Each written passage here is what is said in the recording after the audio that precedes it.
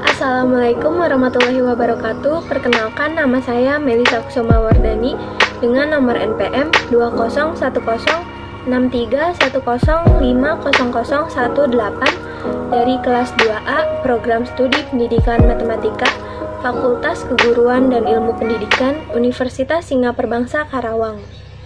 Untuk memenuhi tugas mata kuliah Sejarah Matematika yang diampu oleh Ibu Atin Warmi MPD, saya akan menjelaskan tentang tokoh sejarawan matematika yang bernama Al-Khawarizmi. Al-Khawarizmi mempunyai nama lengkap Abu Abdullah Muhammad bin Musa Al-Khawarizmi. Lahir di kota yang bernama Khawarizm yang sekarang berubah menjadi Khiva di Uzbekistan pada tahun 780 Masehi dan wafat pada tahun 850 Masehi di Baghdad, Iran. Saat masih kecil, orang tua Al-Khawarizmi membawanya pindah ke sebuah daerah di selatan Baghdad. Di sana, Al-Khawarizmi mulai semangat untuk menuntut ilmu. Hingga ia remaja, tepatnya pada saat Khalifah Harun al-Rashid pada periode 786 sampai 809 Masehi, Al-Khawarizmi diangkat menjadi anggota Baitul Al-Hikmah, atau yang disebut dengan Wisma Kearifan atau House of Wisdom.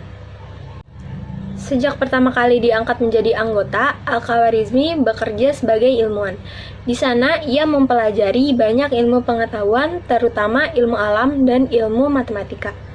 Al-Khawarizmi terus mengabdi pada bidang pendidikan dan riset keilmuan. Kecintaannya pada pengetahuan mendorongnya untuk mempelajari bahasa Sanskerta dan bahasa Yunani. Setelah mahir dan menguasai bahasa, Al-Khawarizmi mulai menerjemahkan beberapa buku, seperti buku India yang berjudul Siddhanta, yang berisi ilmu astronomi ia terjemahkan ke dalam bahasa Arab, dan buku yang berisi tentang ilmu geografi yang ditulis oleh Ptolemeus, seorang ilmuwan Yunani, pun berhasil ia terjemahkan. Menurut matematikawan Barat, Kranz dalam bukunya yang berjudul The Social Al-Khawarizmi Algebra, Kranz mengatakan bahwa Al-Khawarizmi lebih berhak mendapatkan gelar Bapak Aljabar dibandingkan Diopantus, karena Al-Khawarizmi menjadi orang pertama yang mengajarkan aljabar dalam bentuk elementer. Ia juga dikenal sebagai peletak rumus ilmu ukur dan penyusun daftar logaritma serta hitungan desimal. Al-Khawarizmi mengenalkan penggunaan angka Hindu mulai dari 1 sampai 9 dan juga 0. Al-Khawarizmi juga mempopulerkan penggunaan angka 0. Ia menjadi orang pertama yang menjelaskan kegunaan angka-angka, termasuk angka 0. Melalui bukunya, orang-orang Eropa belajar menggunakan angka 0 untuk memudahkannya menghitung kelipatan 10, 100, 1000, dan seterusnya. Bukan hanya aljabar, Al-Khawarizmi juga mengenalkan konsep algoritma, yang pengaruhnya sangat besar bagi perkembangan teknologi saat ini. Algoritma adalah ilmu dalam bidang matematika yang mengajarkan tentang langkah-langkah logis dalam menyelesaikan masalah yang disusun secara sistematis. Sebagai ilmuwan, beliau telah menciptakan berbagai karya, di antaranya 1.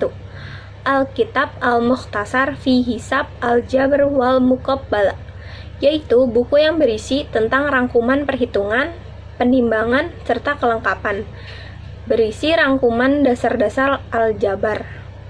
Yang kedua, Kitab Al-Jam'a wal Tafriq bi Hisab Al-Hin atau Diksit Al-Ghirizmi, yaitu buku yang berisi tentang pengiraan dan penjumlahan berdasarkan sistem kalkulasi Hindu. Yang ketiga, ada Kitab Surah Al-Ard, yaitu buku yang berisi tentang rekonstruksi planetarium dan berbagai karya lainnya. Yang keempat, ada buku Algebra, yaitu buku yang berisi tentang dasar-dasar ilmu matematika yang dapat diterapkan di kehidupan sehari-hari. Al-Khawarizmi dinobatkan sebagai salah satu bapak aljabar karena telah memperkenalkan cos, sin, dan tan dalam trigonometri. Al-Khawarizmi adalah ilmuwan yang ahli dalam bidang matematika, astronomi, geografi, dan astrologi. Demikian yang bisa saya sampaikan. Mohon maaf bila ada kesalahan dan kekurangan dalam menyampaikannya. Terima kasih dan wassalamualaikum warahmatullahi wabarakatuh.